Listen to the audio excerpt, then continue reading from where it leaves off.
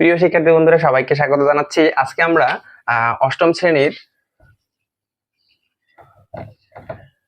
1.5 যেখানে আছে হলো সংখ্যা নিয়ে খেলা, এই আলোচনাটি করব। এখানে 3টা সমস্যা দেয়া আছে, মূলত খেলা দেয়া আছে। 3টা খেলারে কি আছে যে আমরা শেষে কি পাবো, 3টা সংখ্যারই খেলার শেষে পাবো হলো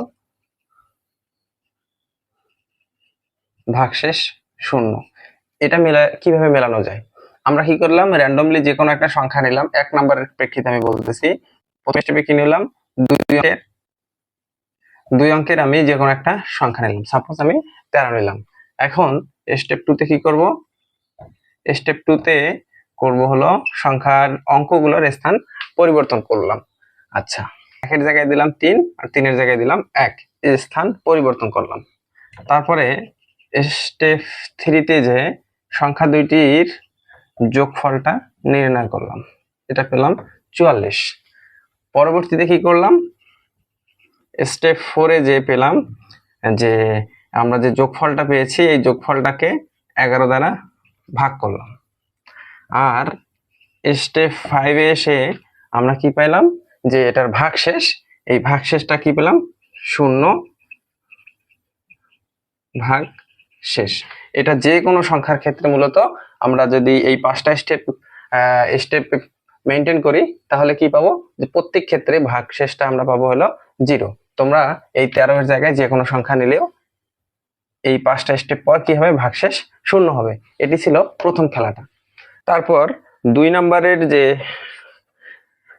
এর পরবর্তীতে সংখ্যা নিয়ে খেলার 2 নম্বরে কি আছে স্টেপ, এখানেও আমরা স্টেপ ওয়াইজ করি।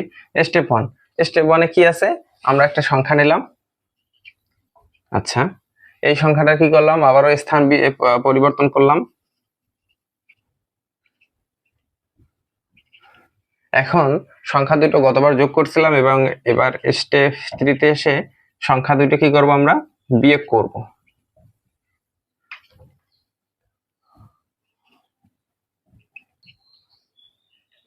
এই সংখ্যা বিয়োগ করলাম, কত পাইলাম, 18।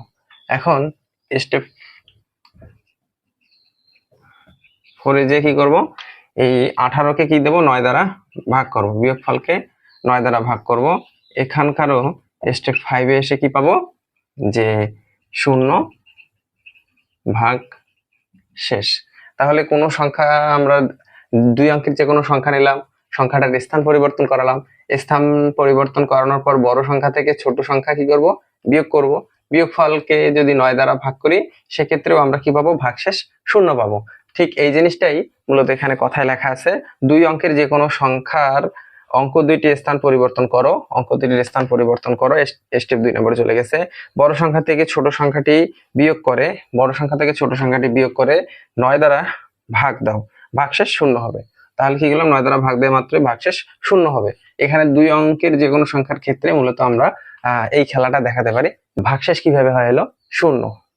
আচ্ছা, এবার 3 নাম্বার যে সমস্যাটা আছে, 3 নম্বর সমস্যাটা আমরা এবার দেখব। সমস্যা নাম্বার 3, আমরা কি করব, 3 অঙ্কের যে কোনো সংখ্যা নেব। 3 অঙ্কের যে কোনো সংখ্যা নিলাম 195। স্টেপ 1, এখন এই সংখ্যাগুলো কি করব, বিপরীত ক্রমে লিখব। আচ্ছা, তারপর এই বড় সংখ্যা থেকে এবার বড় সংখ্যাটি থেকে ছোট সংখ্যাটি বিয়োগ করব। আচ্ছা, তৃতীয় নাম্বার স্টেপে কি করব, বড় সংখ্যাটি থেকে ছোট সংখ্যাটি কি করব, আমরা বিয়োগ করব। বিয়োগ করলে হয় 6, 9 আছে এখানে, 9 চলে আসবে 396। এখন এই সংখ্যাটাকে কি করব, আমরা 99 দিয়ে ভাগ করব। স্টেপ 4 এ 396 এই সংখ্যাটাকে 99 দিয়ে ভাগ করব। বিয়োগফল 99 দিয়ে ভাগ করো, তাহলে আমরা যে বিয়োগফল পেলাম তাকে 99 দিয়ে ভাগ করলাম। ভাগশেষ কি হবে, এই ক্ষেত্রেও 0 হবে।